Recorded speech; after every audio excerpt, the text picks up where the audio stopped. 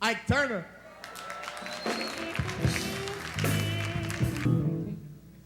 Wow. I really don't know what to say, and I'm scared to death. This is my son. He helped me mix it, and I want to say thanks to God, thanks to all of my fans, and thanks to my backbone, Jeanette, helped me do this, and to Andrea, and I just want to say thanks to everybody, and thank God most of all. Thank you.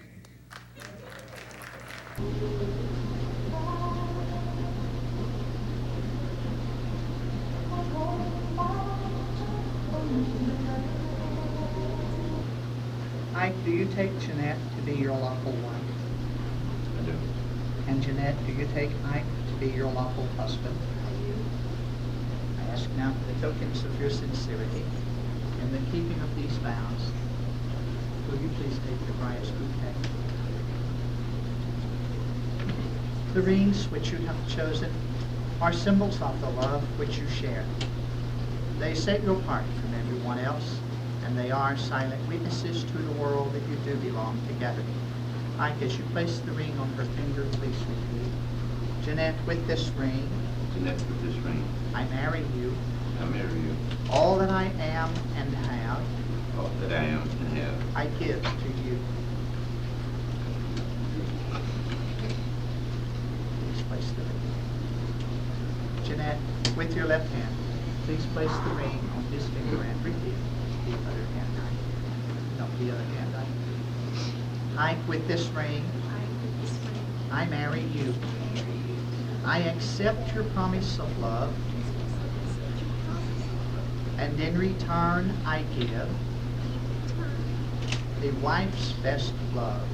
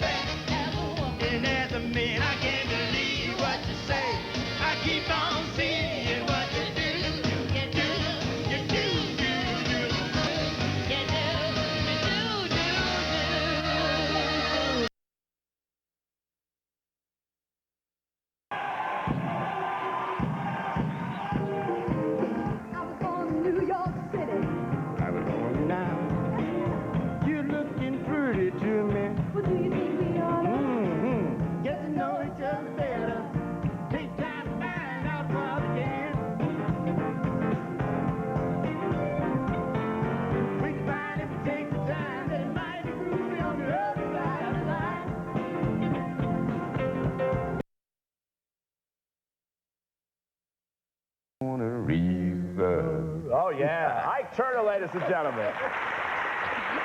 Fantastic. Stay well. I think we can hear me. We'll come back. More right after this. Stay right there.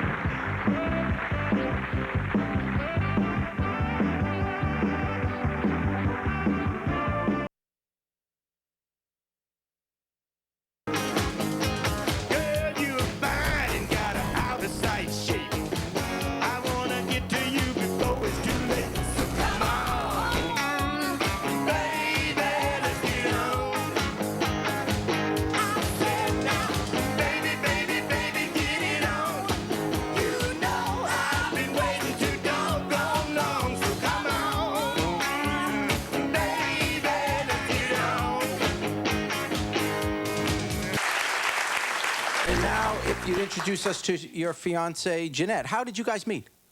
Well, I met him through his son, Ike Jr.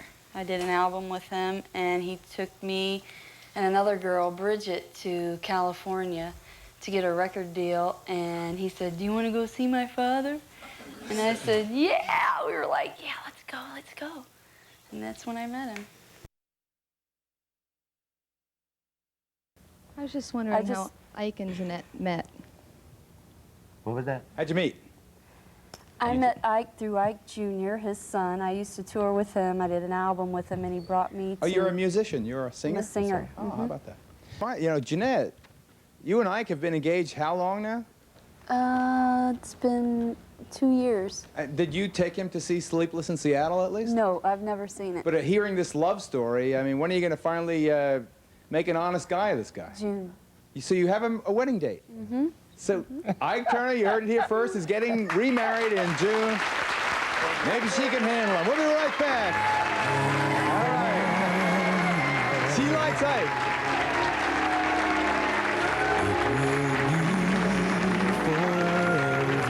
Baby, let's get out. Well, you're the finest girl I ever saw in my life. I wanna stick to you like Ike Turner, the new Ike Turner. That is a good song. That's a good song, Ike. Yeah, thank you. Good luck with it. Yeah. Your legs aren't as good as hers, but good luck with the song.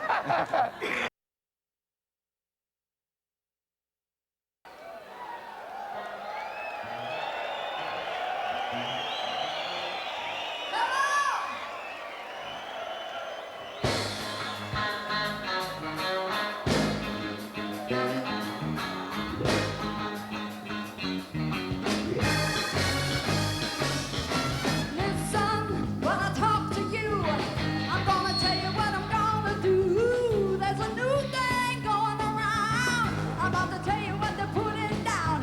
Move your body all around and shake. Come on, baby, now shake.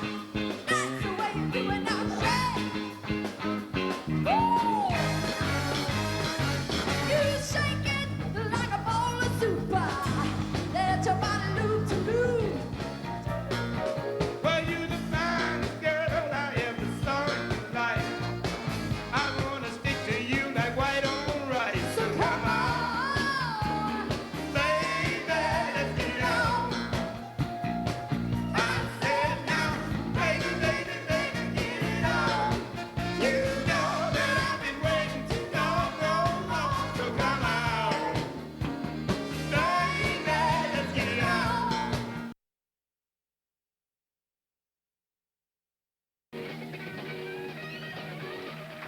My next guest is more famous for what he did offstage than on. He was half of the legendary duo, the Ike and Tina Turner Review, and after his battles with courts and with drugs, he's back with a solo career. Please welcome Ike Turner.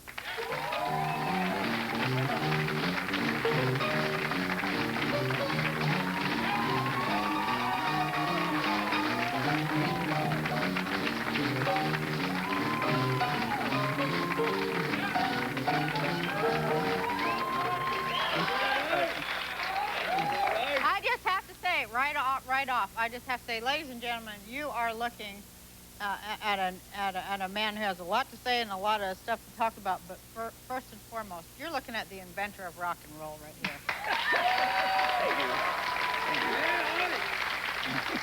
Everybody credits your song, Rocket 88, with being the first rock and roll record, the first rock and roll song. Yeah, that's what they always say. How does that blow your mind? Let me just, how does it blow your mind, and what does it mean that you are the person who did that, and yet you got all this, you have all this nasty stuff that you're more famous for than that? Yeah, that's terrible, but I don't think anything about Rocket 88, and when people bring it up and say, you did the first rock and roll record. How does it feel to be in the Hall of Fame? I don't feel anything. Just me. I was just doing what I do, music. How much drugs did you do? You did so much drugs that you got a great big old hole right in your nose, don't you? Yes, I do, but thank God, man. I've been through it all, and I'm here today.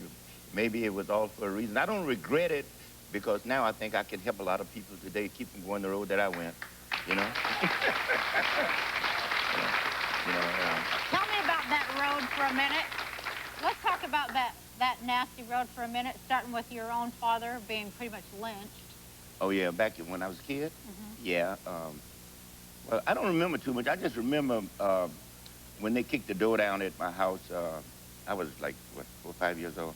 And the door, you know how tall the door looked to a 5-year-old. Yeah. And I saw the door come down, and they carried my father out by the, he said that they took him out by a river. He could smell the swamp-like smell. And he was a preacher, right? He was a minister, yeah. And they brought him back, and they threw him in the yard. They had kicked holes in his stomach. And anyway, when you turn the corner, I lived at the second house from the corner in Clarksville, Mississippi, 304 Washington. And when you would turn the corner, when the wind was blowing a certain way, you could smell his intestines and things. And he lived until he died. But that had nothing to do with being drugs, though. No, but he couldn't get into a hospital, right? Oh, no, that's right. They wouldn't accept him in the White Hospital. They put a tent in front of the hospital where he died, right? No, they put a tent right side of my mother's house. And the health department put up, it's like a little canvas house. And because I remember I used to go in there and pull out the little windows to let the windows in. And I remember he used to spit into a metal cup that you put a cup in and raise the cap for him to spit in. He died a few days later after Yeah, he died a couple of years later. Yeah, but that's kind of bad memory anyway. And down to drugs, I started drugs. I used to would fire you if I found you with cause grass, all I ever did straight was cocaine. But to me, grass, heroin, cocaine, or any kind of drugs, it was all drugs to me. If I found you with it, I would fire you. Well, I mean, to me, like, you know, what a horrible, horrible, horrible thing happened to you, and probably a million more things like that happened to you. But at least I'm better than Sly. And then you this and that, and you this and that, and you went to prison, and you... Yeah. But you know, that was a blessing in disguise to go to prison, because I probably would be dead. All my friends are dead now. A lot of people say that about prison. It does. It gets you off drugs. Yeah. But you know, I think you have to want to. But that was really good for me to go to jail, because I got my life back on track, and I have no regrets of my life. The only thing is just I'm not real happy with my life. Hey, I'm not saying that the movie was right or wrong, but the movie it wasn't a good portrayal of me. But I was very inconsiderate with my wife, Tina. I was inconsiderate as far as women is concerned, but all the other stuff, we just go over that. Yeah, but I mean, you were violent to your wife. No, I would no. I'm very demanding, and when I say demanding, you weren't like physically. You are denying that you were physically violent to her. No, I have slapped her. She have slapped me. She have kicked me. I'm not put up. But when you're together 24 hours a day, it's difficult, especially. But you know what? I want you to just. Here's what I want you to do. I'm going to do you a big favor. I'm going to tell you something right now. I'm going to do you a big favor. I want you to look in the camera and admit it and accept it, because as soon as you do, let me finish. Wait.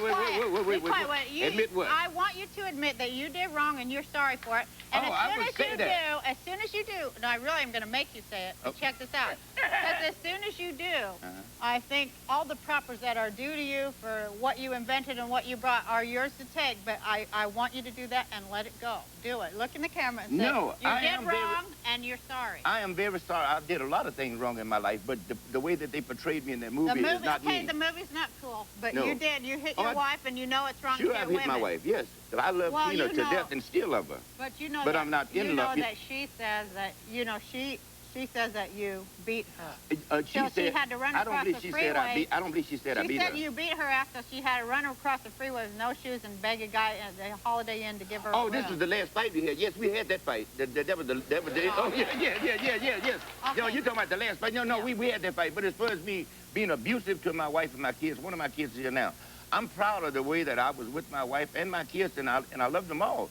But as I said, I'm very demanding. Yes, you are, and you made big mistakes, didn't you? Yes, I did. As I said that in the beginning, I made a lot of mistakes, you know, and I can't undo the past, but I can, like, do the future. Yeah, you can do the and future. I can set a good example for other kids and things today. I'm not... That's all I can say. That's good that you said it. I'm glad you said it.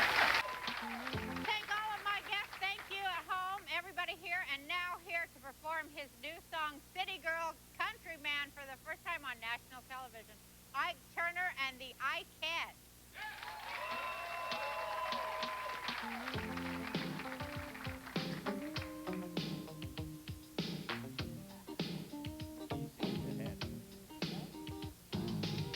I was born in New York City. I was born up and down.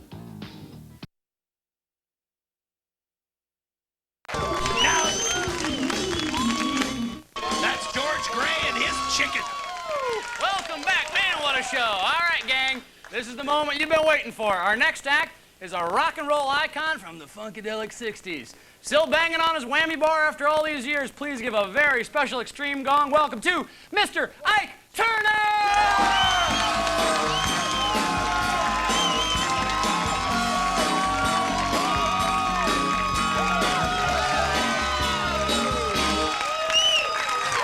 Nice to have you on the show, man. Glad to be here. Oh, man, we're glad to have you here. Right All right, we got to do this quick. We're short on time, but we're thrilled that you've been through a lot in your life, and all's good now. You hear about the music?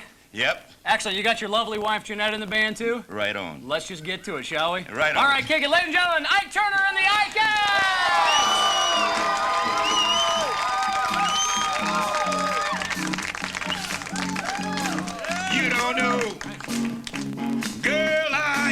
my, my. You know I feel alright.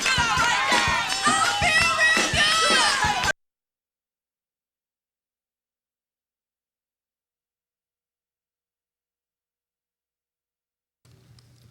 Let me begin by reading a note that Jerry Wexler, who couldn't be here today, co-founder of Atlantic Records, sent, and talked with Jeanette Turner about last night, and the families asked me to read. Jerry says, not long ago, I believe it was earlier this year, I asked Ike why he put Jackie Brenston's name on Rocket 88. Whose idea was that? Ike replied, he was Sam Phillips, that is. I guess he was trying to build up a new singer. To me, I'm speaking in Jerry's voice now, that's always been a terrible wrong, since Rocket 88 was universally acclaimed, rightly or wrongly, as the first rock and roll record. Had it been correctly attributed to Ike, he would have been world famous, like Ray Charles, for example. Ike's brilliance as a musician, songwriter, arranger, leader is well known to the insiders in the music business, but alas, not so much to the general public. And I think that's attributable, again, to the disastrous crediting of Rocket 88. Although Ike and I did very little in terms of the music business, there was one hit, I'm Blue, by the Ikeettes that Ike produced, at least to me, Atlantic Records.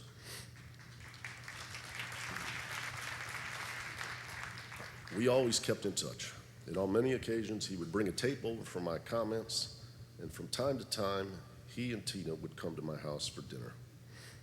My hope is that his genius will always be recognized, because his music is forever.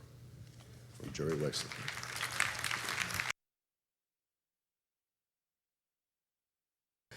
The first rock and roll record in the history of America, Rocket 88.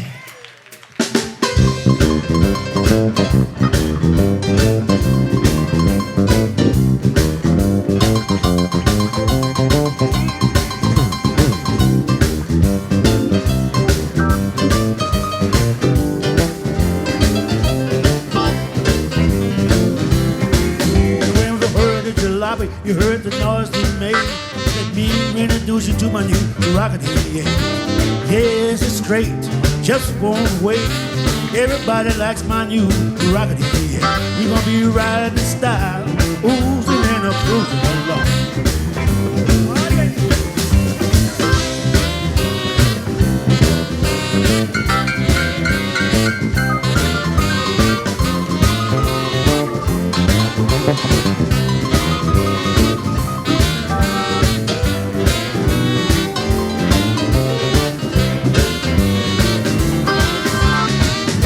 Top bit of my design. Play with me and everything will be real fine. Cruising with me, riding around town with joy.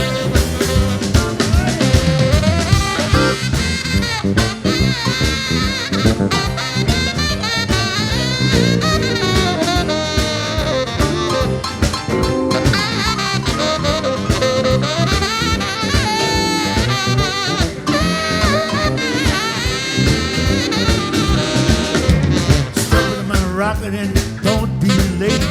We pulling out about 8:30. We're going around the corner, gonna get a feel.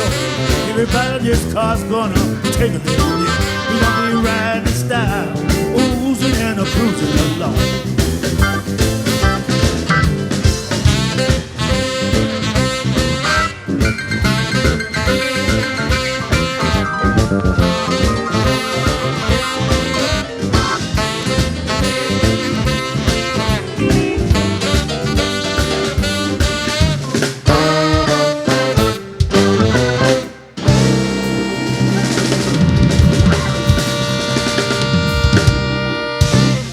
Wow. I really don't know what to say, and I'm scared to death. This is my son. He helped me mix it, and I want to say thanks to God, thanks to all of my fans, and thanks to my backbone, Jeanette, helped me do this, and to Andrea, and I just want to say thanks to everybody, and thank God most of all. Thank you.